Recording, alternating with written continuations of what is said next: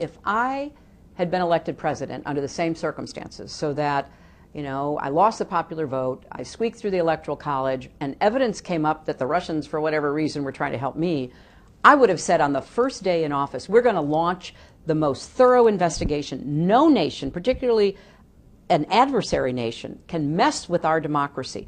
I would have had an independent commission. I would have done everything I could to get to the bottom of it, because it's not going to stop. This is a different kind of theft. Do you think this is bigger than Watergate? I think it's probably bigger than Watergate, because it is about the future. We no longer are worried about spies and provocateurs with, dressed in black with gloves breaking into an office and stealing information. They do it sitting in the offices of the Russian military intelligence and other related venues, and they get into what is the core of our life now through the computers. When Comey said that he was reopening the investigation, you believe that is the day that effectively your campaign was over? I believe, based on a lot of evidence and a lot of assessments by other good analysts, yes, that was the determinative day, because it stopped my momentum.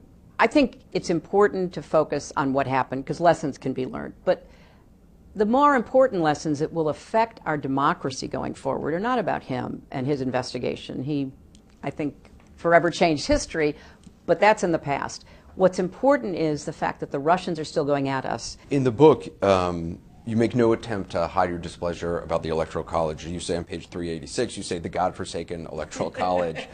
Do you think the Electoral College should be abolished? I said that in 2000, after what happened to the 2000 election with Al Gore. We've moved toward one person, one vote. That's how we select winners. I was amused after the French elections when I was listening to an interview with a French electoral expert, and he said, well, unlike your country, the person who wins the most votes wins. So I think it needs to be eliminated. I'd like to see us move beyond it, yes. You also have a lot of people since then, since Inauguration Day, in the last 8 months, coming up to you, women coming up to you with their daughters and saying, my daughter didn't go out to vote, and sort of wanting absolution from her. Right. That happened to me. What's more common are people bursting into tears. Do you give absolution to those who didn't vote? I don't.